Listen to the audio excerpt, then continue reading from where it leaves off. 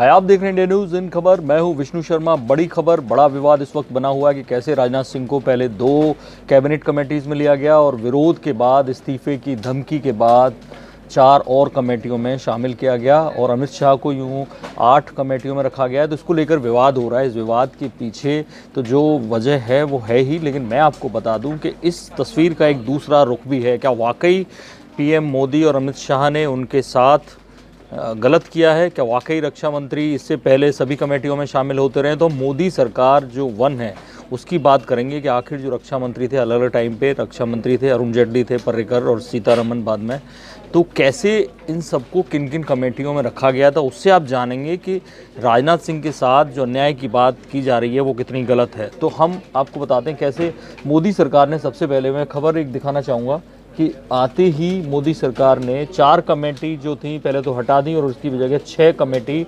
बना दी, रिकन्स्टिट्यूट की। उनके जो मेंबर्स थे वो आपको मैं दिखाना चाहता हूँ। अपॉइंटमेंट कमेटी ऑफ कैबिनेट, इसमें प्राइम मिनिस्टर होते हैं और होम मिनिस्टर होते हैं। इन 2 के अलावा जिस डिपार्टमेंट का अपॉइंटमेंट होना है उस विभाग का मंत्री शामिल कर लिया जाता है और कोई अपॉइंटमेंट होगा तो फिर उस विभाग का होगा। तो ऐसे में रक्षा मंत्री का होना कोई ज़रूरी नहीं होता जब तक कि उनका खुद का विभाग ना हो, लेकिन होम मिनिस्टर और प्राइम मिनिस्टर्स में रहते हैं, क्योंकि संख्या भी घटती बढ़ती रहती है। जैसे मोदी ने आते ही 4 खत्म कर दी थी और उसके बाद 6 कमेटियाँ बनाई और अब 2 कमेटी बढ़ा दी हैं, 8 हो गई हैं।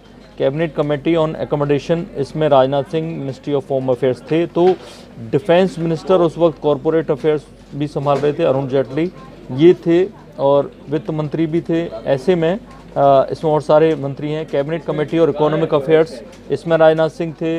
इन 3 कमेटियों में राजनाथ सिंह थे। इनके साथ यहाँ आप देखेंगे कि अरुण जेटली बतौर मिनिस्टर ऑफ फाइनेंस हैं और बतौर मिनिस्टर ऑफ डिफेंस, क्योंकि इनके साथ हैं, यहाँ इनका होना ज़रूरी नहीं होता। आगे ये 2014 की बात है।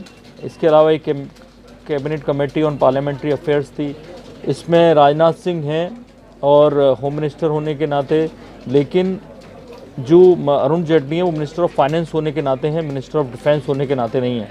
एक आपकी कमेटी थी कैबिनेट कमेटी पार्लियामेंट्री अफेयर्स हो गई। इसके बाद एक कमेटी बचती है cabinet committee on political affairs, और इसमें भी होम मिनिस्टर हैं, प्राइम मिनिस्टर हैं।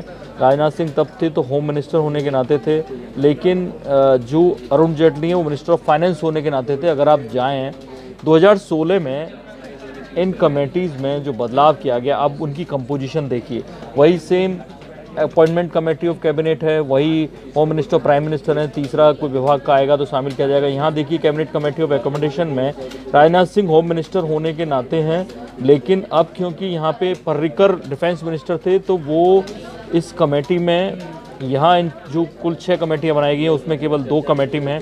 मैं आपको दिखा देता हूँ कि पर्रिकर किस कमेटी में है। पर्रिकर केवल cabinet committee of economic affairs में शामिल किए गए हैं जब वो मिनिस्टर ऑफ डिफेंस थे, और पर्रिकर इन 6 कमेटियों में से एक और कमेटी है कैबिनेट कमेटी ऑन सिक्योरिटी, क्योंकि वहाँ डिफेंस मिनिस्टर होते हैं, वहाँ एक्सटर्नल अफेयर मिनिस्टर होते हैं, होम अफेयर्स मिनिस्टर्स होते हैं और फाइनेंस मिनिस्टर होते हैं। तो पर्रिकर यहाँ पे आप देखेंगे इनमें बाकी सारी कमेटी, यानी कुल 6 कमेटी हैं कैबिनेट की, उनमें केवल 2 में डिफेंस मिनिस्टर है, और ऐसे ही डिफेंस मिनिस्टर होने के नाते जो 2014 में कमेटी थी वहाँ भी केवल 2 में थे।